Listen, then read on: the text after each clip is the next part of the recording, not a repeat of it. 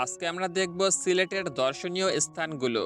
তো এক নম্বরে রয়েছে জাফলং, সিলেটের অন্যতম জনপ্রিয় পর্যটন কেন্দ্র। ভারতের মেঘালয় পাহাড়ের পদদেশে পিয়াইন নদীর তীরে অবস্থিত এই জায়গাটি তার পাথুরে নদী এবং চা বাগানের জন্য বিখ্যাত। এখানকার ডাউকি ব্রিজ এবং স্বচ্ছ পানি পর্যটকদের মুগ্ধ করে। দুই নম্বরে রয়েছে রাতারগুল জলাবন। এটি বাংলাদেশের একমাত্র মিঠা পানির জলাবন, যাকে বাংলার অ্যামাজন বলা হয়। বর্ষাকালে নৌকায় করে বনের ভেতরে ঘুরে বেড়ানো এক অনন্য অভিজ্ঞতা।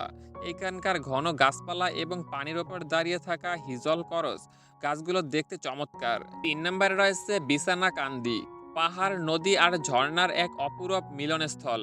পাহাড়ের বুক চিরে নেমে আসা ঝর্ণার পানি এবং নিচে ছোট বড় পাথরের বিছানা এটাকে একটি স্বর্গীয় রূপ দিয়েছে। বর্ষাকালে এর সৌন্দর্য সবচেয়ে বেশি ফুটে ওঠে। 4 নম্বরে রয়েছে ভোলাগঞ্জ সাদা পাথর। ভারতের মেঘালয় পাহাড় থেকে নেমে আসা ধলাই নদীর তীরে অবস্থিত এই জায়গাটি এখন অত্যন্ত জনপ্রিয়। সাদা পাথরের মধ্য দিয়ে বয়ে চলা নদীর হিমশীতল ও স্বচ্ছ পানি পর্যটকদের প্রধান আকর্ষণ। 5 নম্বরে রয়েছে লালাখাল, স্বচ্ছ নদী পানির নদীর হিসেবে লালাখাল পরিচিত। জৈন্যাপুরে অবস্থিত এই নদীর পানি ঋতুভেদে নীল, পান্না সবুজ বা স্বচ্ছ দেখায়। এখানে থেকে চা বাগান এবং পাহাড়ি দৃশ্য উপভোগ করা যায়।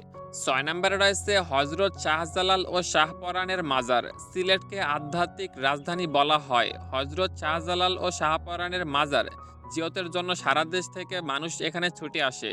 এটি সিলেটের ধর্মীয় ও ঐতিহাসিক গুরুত্ব সম্পূর্ণ বহন করে।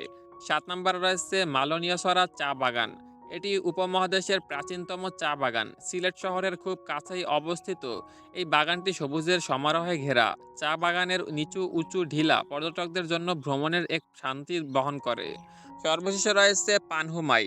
এটি মেঘালয় পাহাড়ের ঝর্ণা, যা পান্তমাই গ্রাম দিয়ে বাংলাদেশের প্রবেশ করেছে। একে অনেকেই ফটাসরি ঝর্ণাও বলে থাকেন। এর চারপাশে শান্ত প্রাকৃতিক এবং পাহাড়ের দৃশ্য মন কেড়ে নেওয়ার মতো। সো গাইস, এগুলোই ছিল সিলেটের শীর্ষ 8টি দর্শনীয় স্থান।